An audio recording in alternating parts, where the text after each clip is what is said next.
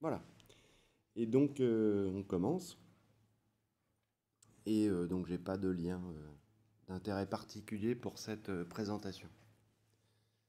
Qu'est-ce que c'est qu'un état de choc, qu'on appelle aussi insuffisance circulatoire aiguë? Ben, finalement, c'est comme une ischémie à l'échelon de l'organisme tout entier. Si on représente le système cardiovasculaire comme ça, et je trouve que c'est un bon moyen de représenter le système cardiovasculaire, c'est-à-dire que c'est un moyen qui permet de bien expliquer les choses.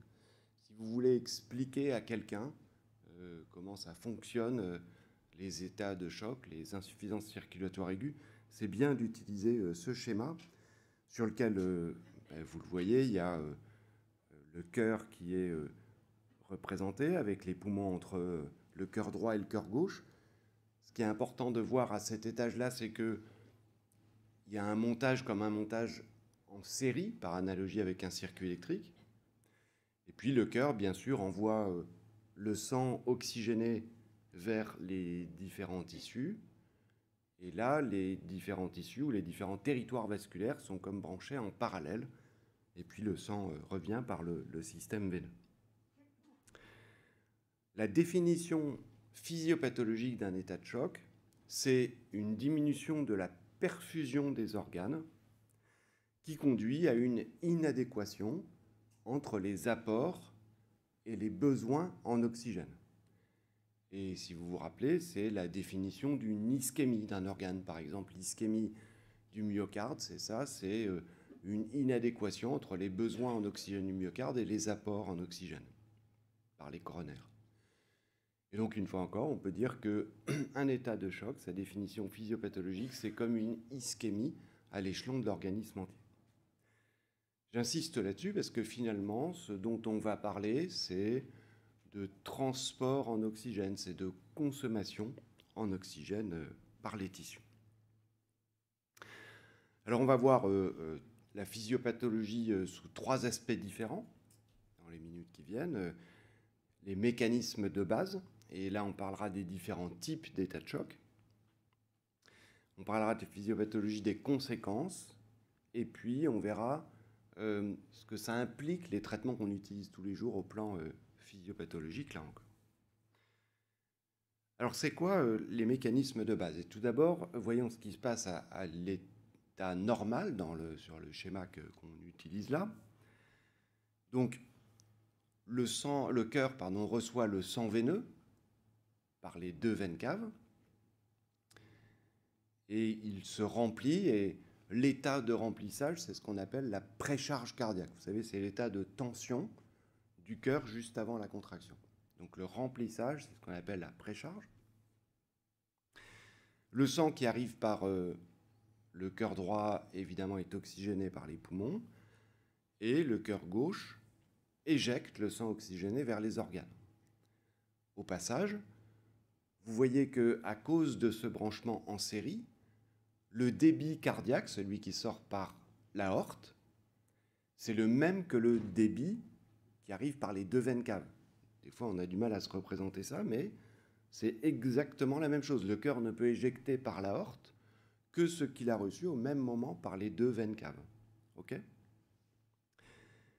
Et donc, ce sang est propulsé vers les différents organes qui sont branchés en parallèle. On verra comment c'est important, cette affaire-là. Et à l'état normal, en moyenne, les organes extraient 30% de l'oxygène que les artères leur apportent. On dit que l'extraction en oxygène, c'est le mot qu'on emploie, le pourcentage d'extraction en oxygène, c'est 30%. Donc en gros, la saturation en oxygène, quand on fait des gaz du sang artériel, en gros, c'est 100%, enfin pas loin, on va dire 95, 16, 17. Donc ça veut dire que la saturation veineuse en oxygène, elle est de 70%.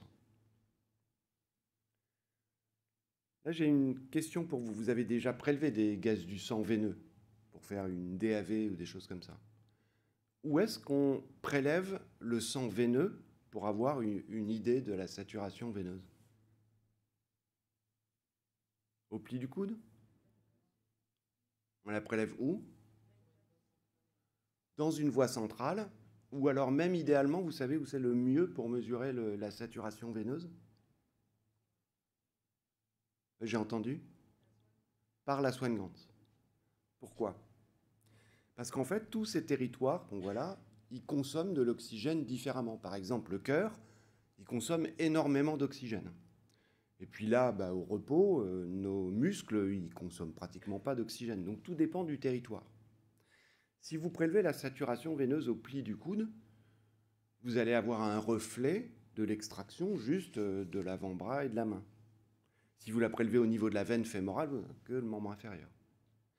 Et donc l'idée pour prélever cette fameuse saturation veineuse, c'est de prélever un sang mélangé. Idéalement, pour ceux qui utilisent une Swan-Ganz, c'est le sang qui a été mélangé dans le tambour du cœur droit et qu'on prélève, vous voyez, dans l'artère pulmonaire. Alors là, c'est tout bien mélangé. Par défaut, on prélève le sang par un cathé veineux central, donc vous voyez à peu près dans l'oreillette droite. Ce n'est pas parfaitement mélangé, mais en tout cas déjà, tous les territoires vasculaires sont revenus vers le cœur. Cette saturation veineuse, c'est une moyenne. OK? Donc là, en ce moment, si on vous fait des gaz du sang veineux, la saturation veineuse, elle sera de 70%. 30% ont été extraits. Et ça, d'emblée, pourquoi c'est comme ça? Parce que finalement, c'est une minorité. Vous comprenez tout de suite que dans les 70% restants, il y a une réserve qui est énorme dans laquelle l'organisme va puiser en cas d'effort ou en cas d'état de choc. En tout cas, on retient bien cette histoire d'extraction en oxygène de 30%. Si on avance un peu dans la terminologie qu'on utilise, et on va l'utiliser par la suite, on appelle le transport artériel en oxygène, c'est le débit d'oxygène qui passe par les artères. Et il dépend du débit cardiaque et puis du contenu en oxygène, c'est-à-dire de l'hémoglobine et de la saturation. Okay, donc c'est le débit d'oxygène qui passe par l'aorte en millilitres par minute. Et puis de l'autre, il y a la consommation en oxygène par les tissus. Ça, c'est le débit d'oxygène qui est mangé par les tissus. Et donc, c'est le transport fois l'extraction. Et si on prélève 30% de l'oxygène, on l'a dit, c'est l'extraction normale, la consommation en oxygène, c'est 30% de l'oxygène apporté par les tissus. Tout va bien jusque-là? Okay, donc ça, c'est ce qui se passe à l'état normal. Et finalement, le but de tout ce système-là, c'est d'apporter à chaque organe ou à chaque tissu l'oxygène dont il a besoin pour fonctionner normalement. Il faut que chaque cellule de l'organisme reçoive l'oxygène dont elle a besoin pour fonctionner normalement, restaurer sa membrane, faire fonctionner ses organites intracellulaires, faire fonctionner ses enzymes, etc. Qu'est-ce qui se passe maintenant lors d'un état de choc? On l'a dit, à la base, le problème, c'est que les organes reçoivent moins d'oxygène. Et ça se produit sous l'effet d'une baisse, alors là, il faut bien retenir ça, d'une baisse du débit cardiaque. Vous comprenez bien que si le cœur il pompe moins, il y a moins d'oxygène qui arrive vers les tissus. Et le débit du cœur, il peut baisser à cause de deux choses. C'est une pompe, ou la pompe moins fort, donc c'est la contractilité qui baisse, ou alors la pompe reçoit moins de liquide, c'est ce qu'on appelle la baisse de la précharge, la baisse de remplissage de la pompe. Et puis, les tissus reçoivent aussi moins d'oxygène si la pression dans le circuit diminue, c'est-à-dire s'il y a une hypotension artérielle. Et ça se produit sous l'effet d'une vasodilatation. OK ? Donc, à la base, dans tous les états de choc dont on va parler, le problème, c'est une baisse du débit et ou une baisse de la pression artérielle.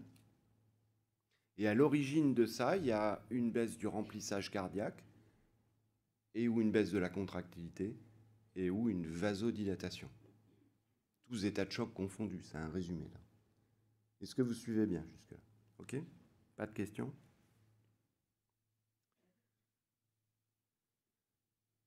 Alors maintenant, on va voir en détail ce qui se passe pour chacun des états de choc sur le schéma qu'on a vu. Et vous savez qu'on décrit 4 types d'états de choc, mais ça, vous le savez, hein, hypovolémique, cardiogénique, septique et anaphylactique. D'après vous, juste comme ça, quel est le plus grave des états de choc dans tous ceux qu'on traite tous les jours en réanimation? Les 4, là. Mais dans votre pratique, comme ça, les plus graves des malades, c'est qui? C'est l'état de choc septique. La mortalité du choc septique en réanimation, c'est... alors ça dépend un peu, mais 50-70%, quoi. OK? Choc cardiogénique, c'est un peu moins de 50%. Et anaphylactique, bah, ça se traite très facilement. On injecte de l'adrénaline, puis c'est terminé. Non, mais à peu près, vous voyez. Le plus grave, c'est l'état de choc septique. Et pourquoi je vous pose la question? Parce qu'on va voir qu'au plan physiopathologique, c'est celui où il y a le plus de problèmes, on va dire, où il y a le plus de défaillances physiopathologiques, si on peut dire. Mais commençons par le plus simple d'entre eux, c'est l'état de choc hypovolémique. Qu'est-ce qui se passe au cours de l'état de choc hypovolémique? Il y a une baisse du volume sanguin central. Typiquement, prenons l'exemple d'un choc hémorragique, hein, ou alors d'une déshydratation massive.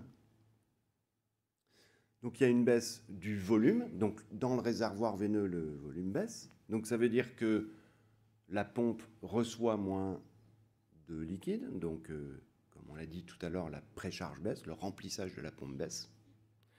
Et donc par conséquence, bah, la pompe éjecte moins vers la périphérie, donc le débit baisse, donc il y a moins d'oxygène qui est transporté vers les tissus, et in fine, les tissus peuvent entrer dans un état d'hypoxie. Bon, c'est bien l'état de choc dont on parle depuis le début.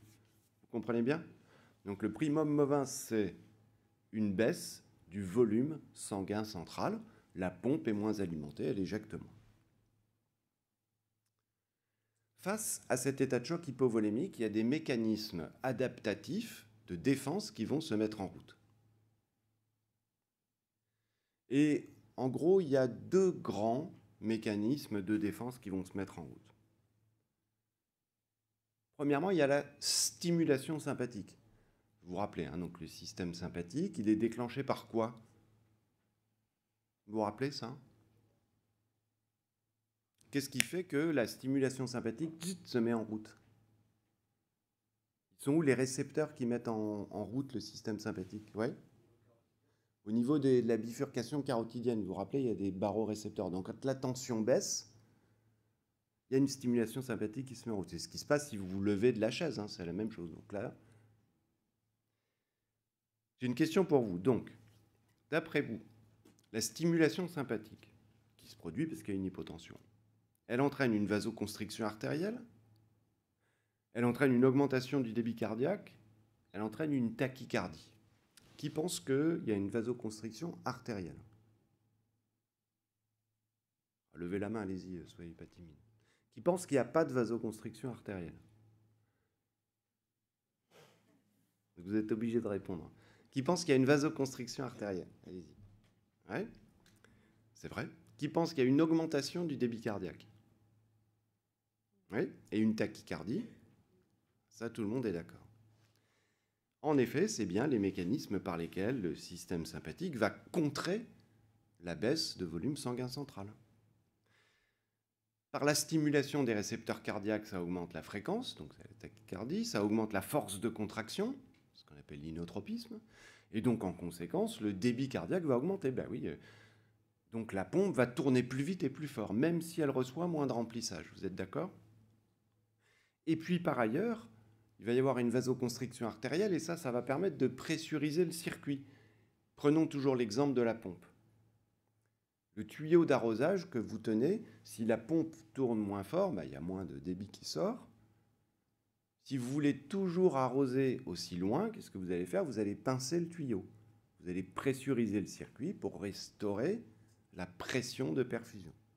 Comprenez? C'est la même chose. Et donc on comprend bien comment c'est défensif. Un point essentiel, écoutez bien.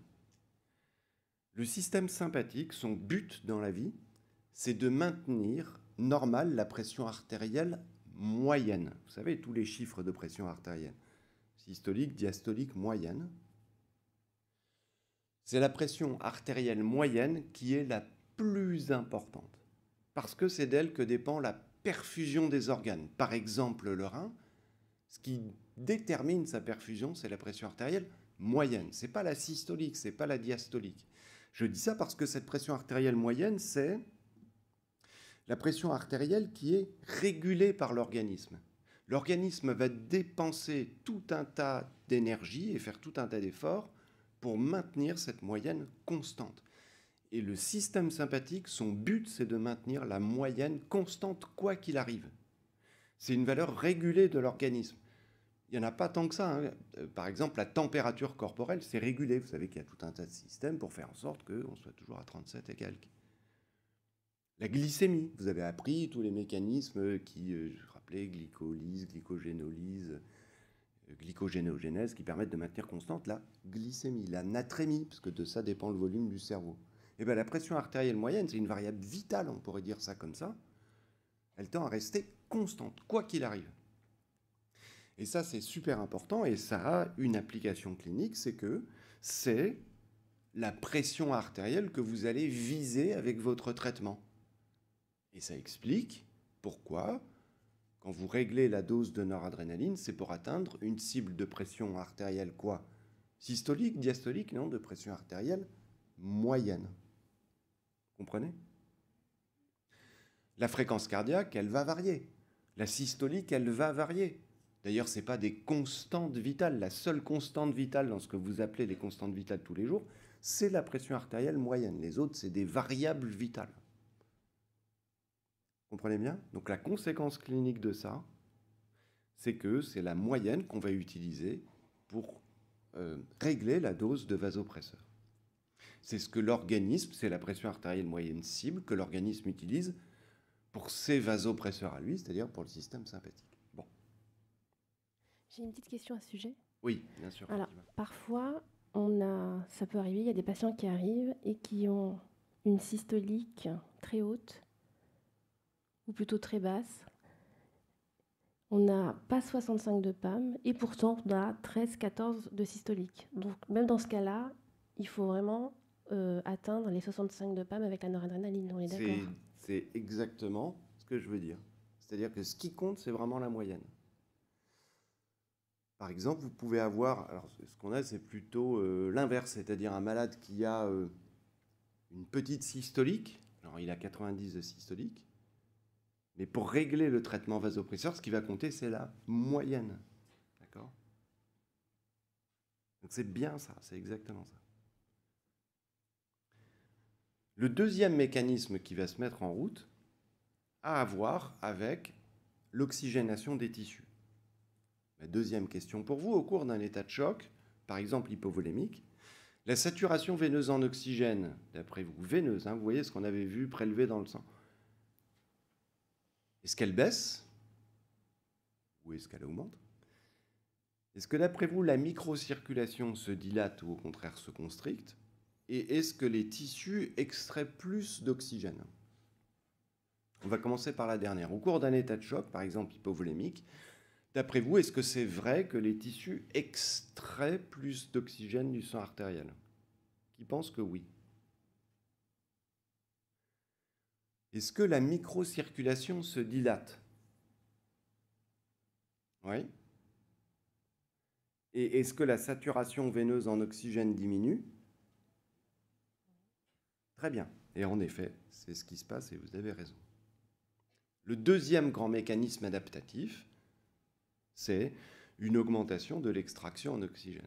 Et ça veut dire, ben c'est tout, hein, la pompe essaye d'alimenter et les tissus à la périphérie, voyant arriver moins d'oxygène, ils en captent une portion plus importante. Plus que les 30% habituels, ok?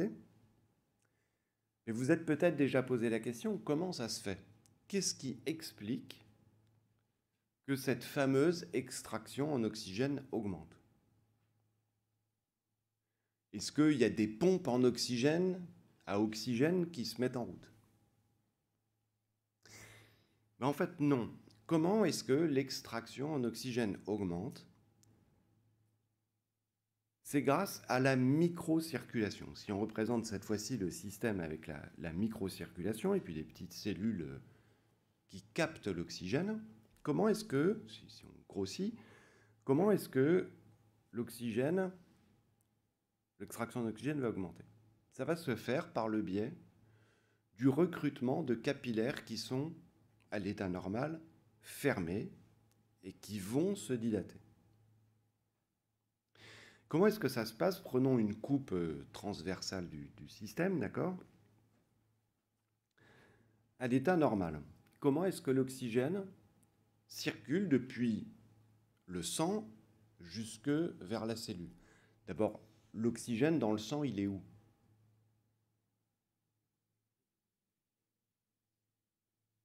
Oui?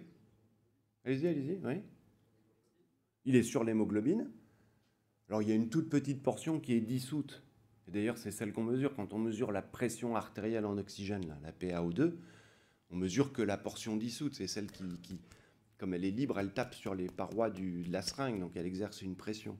Mais la majorité de l'oxygène, il est porté par l'hémoglobine. Et dans la cellule, il va où l'oxygène? Quelle partie de la cellule? La mitochondrie, qui est le poumon de la cellule. Comment est-ce que l'oxygène passe de l'un à l'autre? Vous êtes déjà posé la question? Est-ce que vous avez déjà entendu parler de transporteurs à oxygène ou de canaux à oxygène? Non, parce que ça se fait par un simple mécanisme de diffusion passive. Donc ça veut dire selon une différence de concentration. Donc l'oxygène, il circule. Et d'ailleurs, c'est pour ça qu'en fait, la représentation n'est pas bonne. Hein. Dans les capillaires, je ne sais pas si vous avez déjà vu en coupe, mais l'hématie, elle s'étire pour aller dans le capillaire. Ça veut dire que ces parois frottent contre la paroi capillaire pour que la distance soit la plus faible possible. Et ça diffuse vers la mitochondrie. Dès lors, vous comprenez, parce que la diffusion, vous vous rappelez, ça dépend de la différence de concentration, de la surface d'échange et de la distance. Vous comprenez que s'il y a des capillaires alentours qui s'ouvrent, la surface d'échange augmente, la distance de diffusion diminue, et c'est ce qui explique que l'extraction en oxygène augmente. Le pourcentage d'extraction en oxygène augmente grâce à la vasodilatation de la microcirculation. Comprenez bien? Et ça se fait pas sous le fait d'une commande centrale, comme le système sympathique, mais c'est un mécanisme local. L'ischémie locale fait produire des substances vasodilatatrices par l'endothélium ou par les cellules elles-mêmes qui vont produire des substances qui vont déclencher localement cette vasodilatation. Vous suivez bien?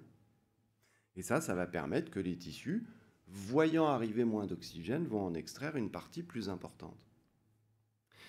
Mais vous pourriez me dire, ce que en fait, vous dites, c'est contradictoire. D'un côté, vous dites qu'il y a, pour se défendre, l'organisme déclenche une vasoconstriction par le système sympathique et déclenche une vasodilatation par ce mécanisme local. Et bien en fait, non, les deux surviennent simultanément.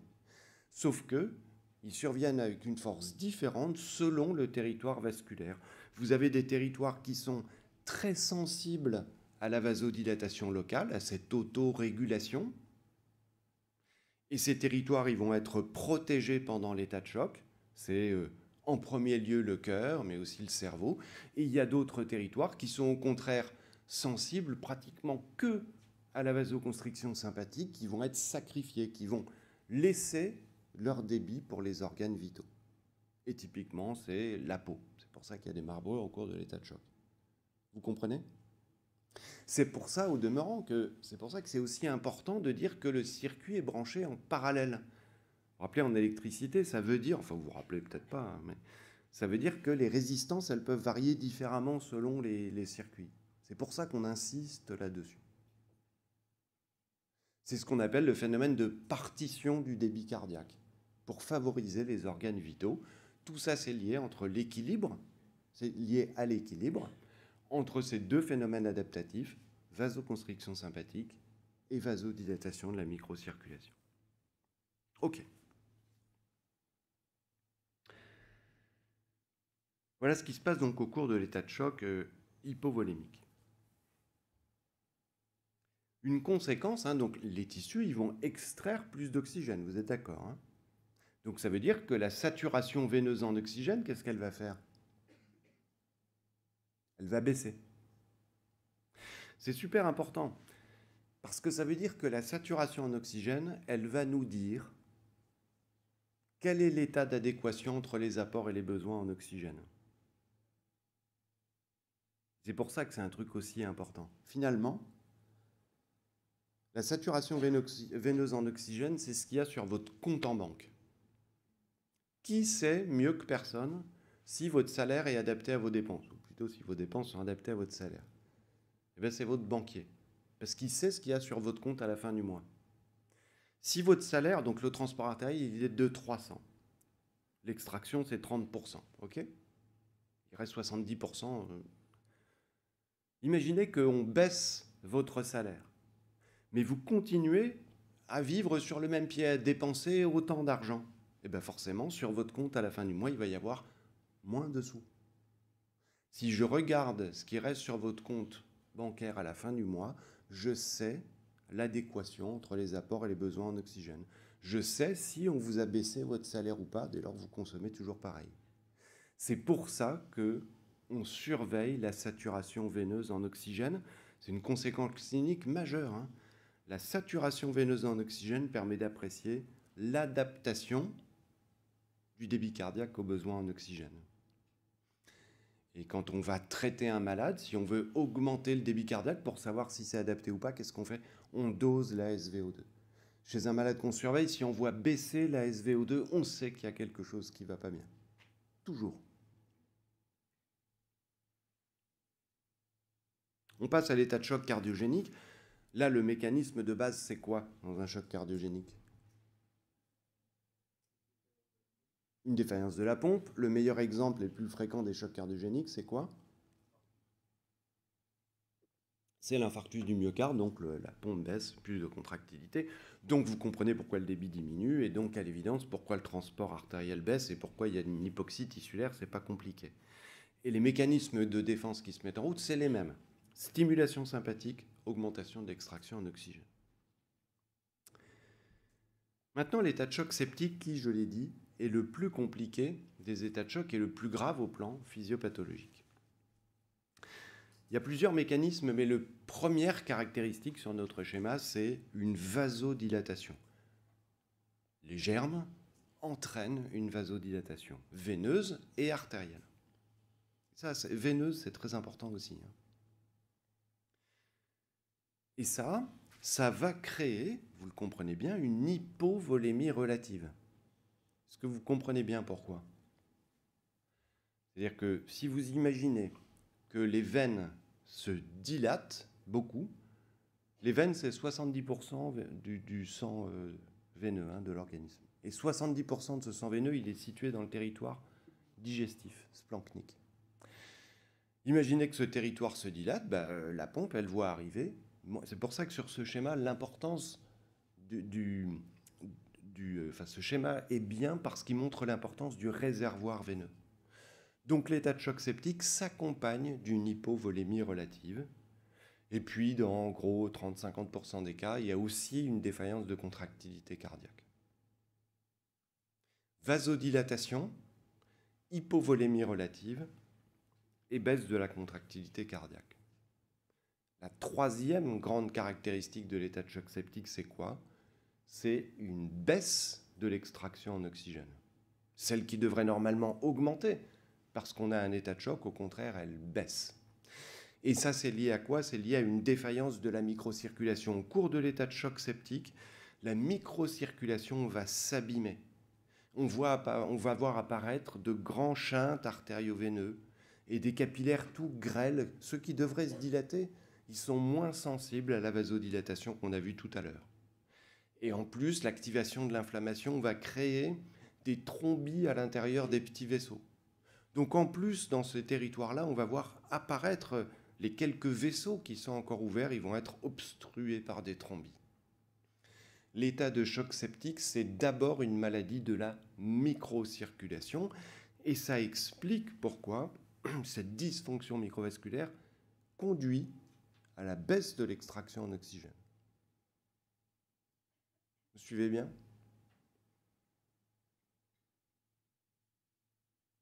Au demeurant, ça veut dire que, typiquement, la saturation veineuse en oxygène dans un état de choc septique, elle est comment?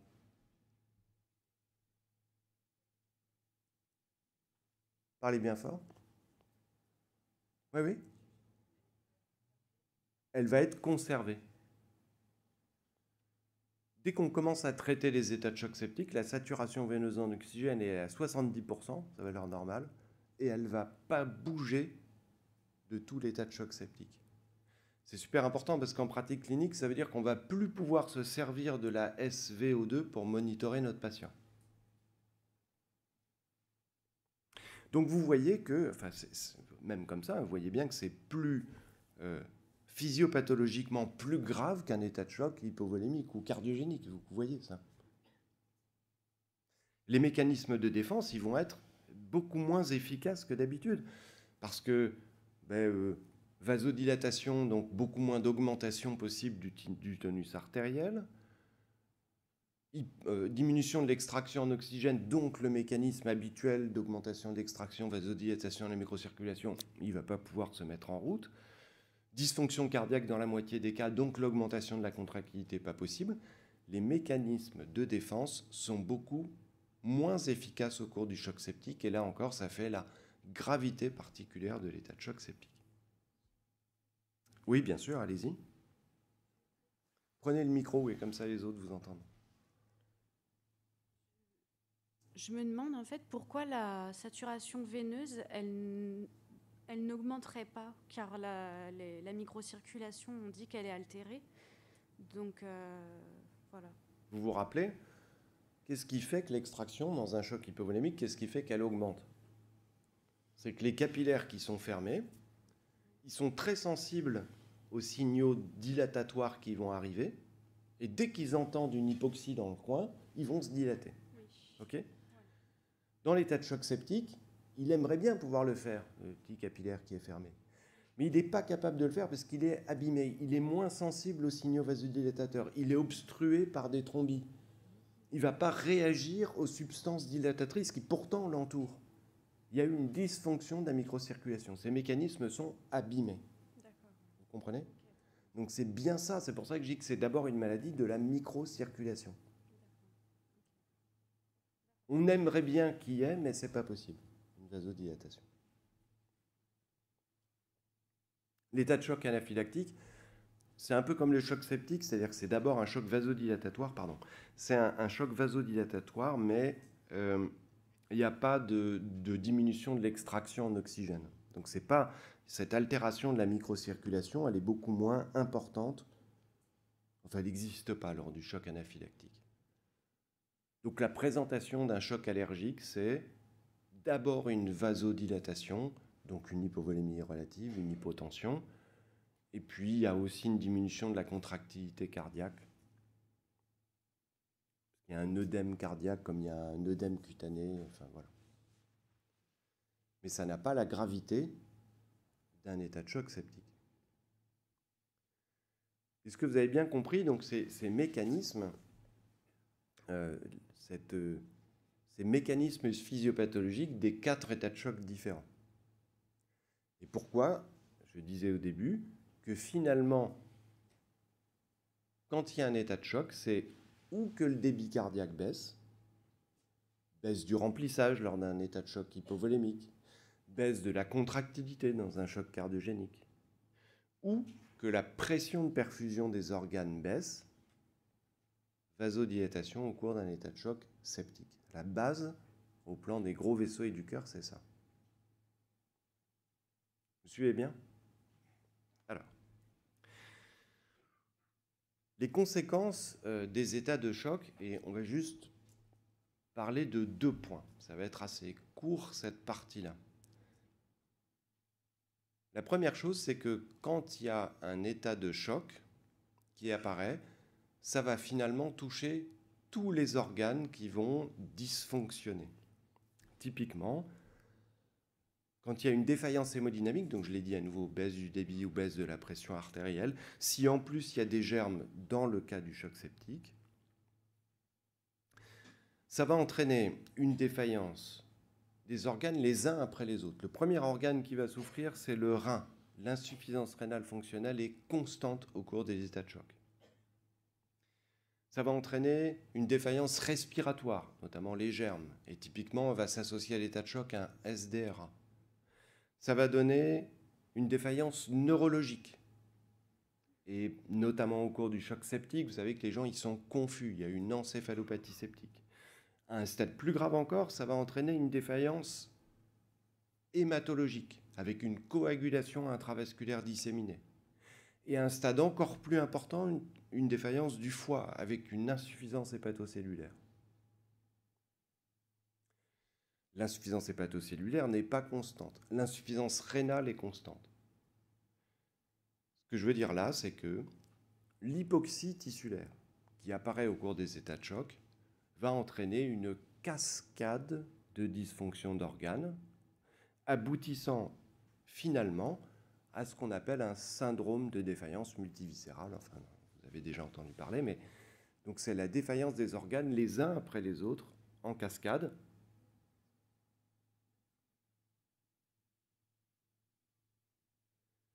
Et on peut dire là aussi, c'est un point important, que un choc cardiogénique, par exemple, qui se prolonge, les organes qui sont ischémiés, donc le choc cardiogénique, imaginez, il n'est pas traité pendant 1 heure. Le malade reste aux urgences ou chez lui. Les organes ischémiés, ils vont très vite développer des produits de l'inflammation, comme un choc septique. Et donc tous les états de choc, au bout d'un moment, ils vont tous ressembler à un état de choc septique. 2 heures après le début d'un choc cardiogénique, il n'y a plus la vasoconstriction dont on parlait, etc. C'est un choc sepsis-like. Quand on dit ça, ça veut dire que c'est un choc pseudo-septique à cause des substances de l'inflammation qui se sont développées au cours de l'ischémie d'organes. Donc, la première conséquence, enfin la première, en tout cas, une des grandes conséquences de l'état de choc, c'est la défaillance multiviscérale. La deuxième, c'est ce qui se produit à l'échelon du métabolisme de la cellule. Deuxième conséquence. Et donc, c'est-à-dire que sur notre schéma, on va se concentrer sur ce qui se passe à l'échelon de la mitochondrie. La mitochondrie, vous l'avez dit tout à l'heure, c'est le poumon de la cellule. Et vous savez que le métabolite essentiel le métabolite essentiel du métabolisme aérobie, c'est le glucose. Vous vous rappelez, le QCM, c'était un piège. Quel est le substrat énergétique principal du métabolisme aérobie? Ce n'est pas l'oxygène, c'est le glucose. Et puis, vous savez que le glucose, il est transformé en pyruvate, en acétylcoenzyme et qui rentre dans le cycle de Krebs. C'est un truc qui est étonnant. Vous voyez, il n'y a pas écrit cycle de Krebs. Et pourtant, vous savez tous que ça s'appelle le cycle de Krebs. Celui qui ne sait pas, quand on fait un schéma comme ça, celui qui ne sait pas que ça s'appelle le cycle de Krebs, il n'a pas fait d'études d'infirmier, il n'a pas fait médecine, etc. C'est impossible de ne pas se rappeler ça. Vous êtes d'accord?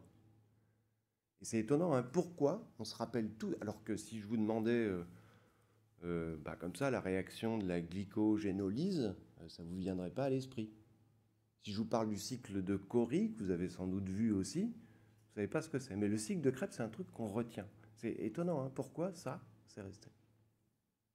En tout cas, ce cycle de Krebs, il est fait pour faire de l'oxydoréduction, rentrons pas dans le détail, et finalement faire fabriquer de l'ATP, qui est plein d'énergie. Hein. Chaque molécule d'ATP, c'est un réservoir d'énergie qui, quand il va se scinder, paf, va exploser en libérant beaucoup d'énergie, on sait tout ça. Et le cofacteur de l'affaire, c'est l'oxygène qui fait tourner les cytochromes mitochondriaux, qui sont les vrais poumons de la cellule. Et normalement, le pyruvate, il est transformé en lactate par la lacticodéshydrogénase. OK ?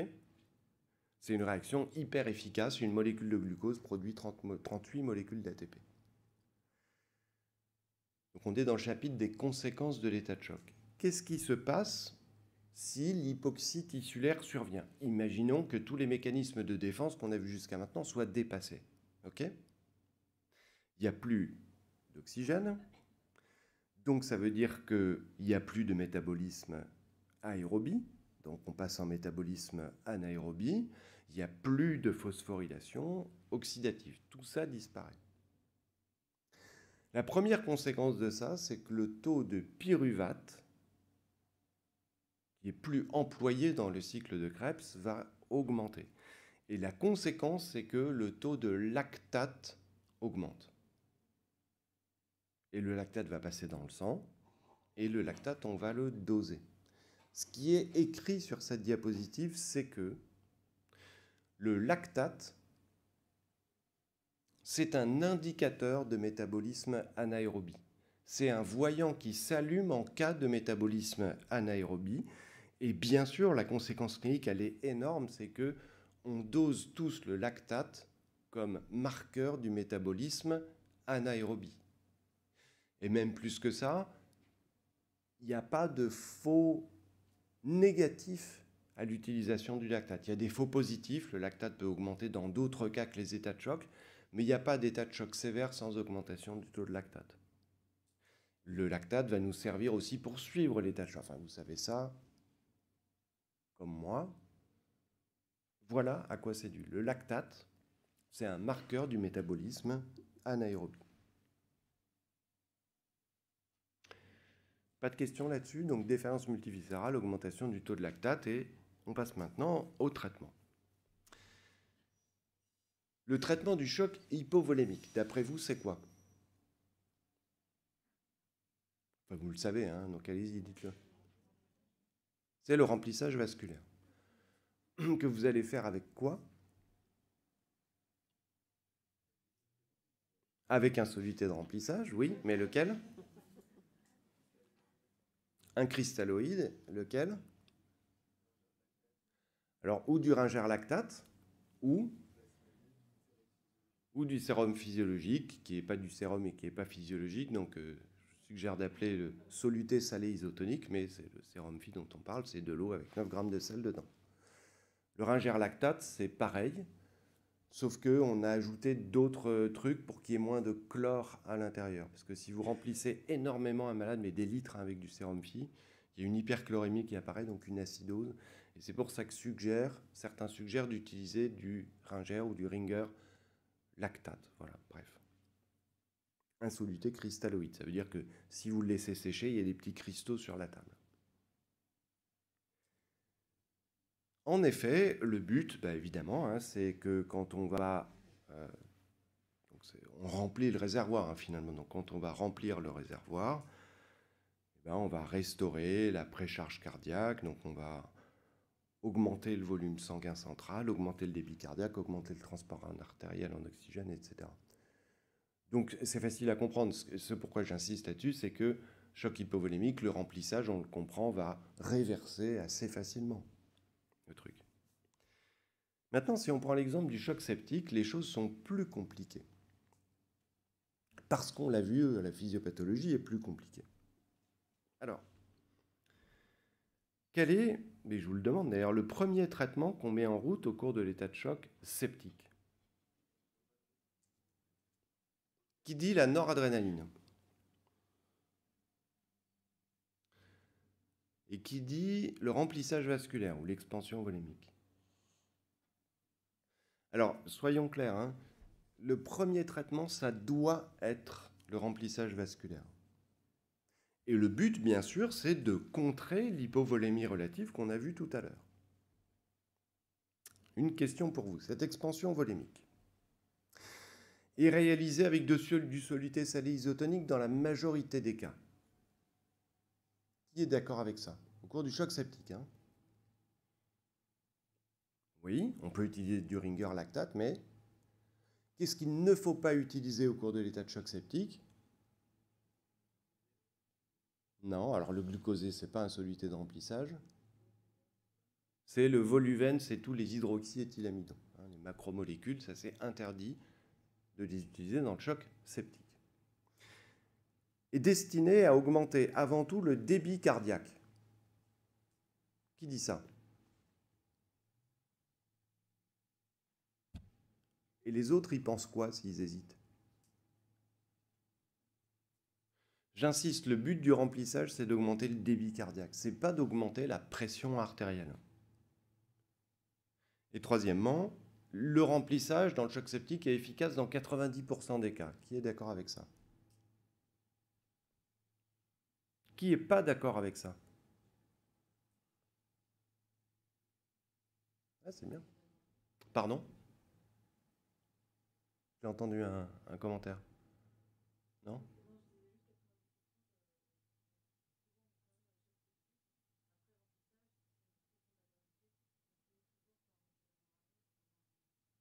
Oui, alors votre collègue, elle dit c'est pas dans 90% des cas, parce qu'il y a bien un moment où on va passer à la noradrénaline, donc ça veut bien dire que c'est pas efficace. C'est vrai. Et c'est d'autant plus vrai que, je vais vous expliquer. Donc on est bien d'accord, le premier traitement d'état de choc septique, c'est le remplissage vasculaire qui corrige cette hypovolémie et donc il augmente le débit cardiaque, le transport artériel en oxygène. En fait, on s'est aperçu que quand on donne un remplissage vasculaire dans l'état de choc septique, il n'est pas efficace tout le temps. Pendant des années, on donne ce remplissage vasculaire, puis au début des années 80, et notamment parce qu'on mesure le débit cardiaque avec la sonde de Swan-Ganz à l'époque, on s'aperçoit, et c'est la première étude qui le montre, que tous les malades ne répondent pas comme on l'espérait avec l'augmentation du débit cardiaque. Ça, c'est la première étude de Calvin. Mais après, il y en a eu beaucoup d'autres, et en moyenne, il n'y a que la moitié des malades qui répondent au remplissage vasculaire comme on l'attend. Et pour comprendre pourquoi, il faut revenir à la physiologie de base. Et la physiologie de base, donc vous voyez, c'est longtemps, c'est la relation de Frank et Starling, que Starling avait décrit sur ce modèle de cœur ex vivo. Et il décrit la relation entre le débit cardiaque et la précharge cardiaque. Et aujourd'hui, on est plus habitué à voir la relation dans ce sens-là. Cette relation, elle est hyper importante et sans le savoir, vous l'utilisez tous les jours au lit du malade. Parce que quand vous donnez un remplissage vasculaire, vous augmentez la précharge, donc le remplissage, et ce que vous espérez en fait, c'est augmenter le débit. Donc, vous utilisez la relation de Frank Starling au lit du patient. Mais, on s'est aperçu que la pente de cette courbe de Frank Starling, elle dépend de plein de choses, et ce n'est pas la même chez tous les malades. Et elle dépend en fait de la fonction cardiaque. Et ça explique sur cette diapositive, il y a écrit pourquoi. Le même remplissage vasculaire, le même volume de remplissage peut être efficace sur le débit cardiaque ou pas. Et il y a la moitié des patients qui se retrouvent dans le cas où la pente de la courbe de Frank Starling est trop plate, vous les remplissez et le débit cardiaque n'augmente pas. Ce n'est pas le premier ou le deuxième remplissage, mais dès qu'on a passé la phase toute initiale, écoutez bien, hein, la moitié des remplissages vasculaires que vous faites aux patients en choc septique est inefficace. Or, le remplissage, c'est un médicament qui est dangereux. On sait aujourd'hui que plus on remplit les malades, plus ils meurent. Notamment s'ils ont un choc septique, une insuffisance rénale, un SDRA. Et c'est ce qui explique qu'on ait développé des tests, ce n'est pas notre sujet aujourd'hui, mais pour prédire l'effet du remplissage avant de commencer à le donner. Et vous avez peut-être vu utiliser ces tests au lit du patient, comme le test de passive leg raising ou d'occlusion télérespiratoire, ou des tests qui sont développés pour savoir avant le remplissage s'il va être efficace ou pas, comme un antibiotique, vous faites un antibiogramme. C'est exactement pareil. Ça vient de cette physiologie. OK. Maintenant, si le traitement n'est pas efficace, ce qui arrive dans la majorité des cas, le deuxième médicament qu'on va mettre en route, c'est la noradrénaline. la noradrénaline entraîne une vasoconstriction artérielle? Oui ou non? Veineuse? Qui dit non? Qui dit oui? Et a un effet synergique dans le même sens que le remplissage vasculaire. Et c'est un message que je voudrais faire passer qui est important. En effet, la noradrénaline va se fixer sur les récepteurs artériels. Ça, tout le monde le sait. Et d'abord, si on donne de la noradré, c'est pour augmenter la pression artérielle, et notamment la pression artérielle moyenne dont on parlait tout à l'heure. Mais il y a aussi des récepteurs adrénergiques sur les veines. Et, écoutez bien, en se fixant sur les veines, la noradrénaline va en fait exercer un effet comme un remplissage vasculaire. Pour grossir un peu le schéma, vous comprenez bien que si cette noradrénaline qu'on administre se fixe sur ces récepteurs veineux, elle va finalement diminuer la taille du réservoir veineux. Et donc, elle va propulser plus de sang vers le cœur. On peut encore dire plus simple, imaginez que la noradrénaline vient vasoconstricter ce grand territoire splanchnique, c'est d'autant plus de sang qui est propulsé vers le cœur. Vous comprenez? Et ça sans administrer une goutte de liquide. Cet effet qui était supposé, il est aujourd'hui bien démontré. Quand on donne de la noradrénaline, on exerce un effet fluide-like, simili remplissage vasculaire. Et ça, c'est une conséquence clinique importante. Ça veut dire que on doit donner de la noradrénaline précocement au cours de l'état de choc septique. Et c'est pour ça que vous disiez la noradrénaline. Alors, il ne faut pas donner de la noradrénaline à un malade qui n'a pas eu de remplissage. D'accord? Parce qu'il faut d'abord corriger cette hypovolémie relative et sinon on risque de vasoconstricter des vaisseaux vides et d'entraîner une ischémie périphérique. Mais il y a quelques années, on donnait des litres de remplissage vasculaire avant de commencer la noradrénaline et qui augmente la mortalité des malades. Aujourd'hui, on sait que, à cause de cet effet veineux de la noradrénaline, il faut la commencer plus précocement et qui plus est, et on est en train de le démontrer à Bicêtre dans une étude, imaginez que j'ai commencé la noradrénaline. Donc j'ai réduit la taille du réservoir veineux. Le remplissage, celui que je vais faire après, là, maintenant que j'ai augmenté la noradré, il va se dissoudre dans un réservoir veineux qui est plus petit, un volume de distribution qui est plus constricté, il va être plus efficace. C'est autant d'arguments pour commencer la noradrénaline précocement. Et dans le choc cardiogénique, le premier traitement qu'on administre, c'est la dobutamine, qui est toujours l'inotrope de référence. Mais la dobutamine qui augmente la contractilité cardiaque, elle est aussi vasodilatatrice. Si on vous fait une perfusion de dobutamine, je ne vois pas pourquoi, mais enfin, si on peut le faire par exemple pour un test d'ischémie cardiaque, vous savez, votre pression artérielle va baisser. Et c'est pour ça que dans 90% des cas en pratique, on donne de la noradrénaline avec la dobutamine dans les chocs cardiogéniques. Le but de la dobutamine, c'est d'augmenter le débit cardiaque, augmenter la force de contraction de la pompe, et puis un peu la vitesse d'ailleurs.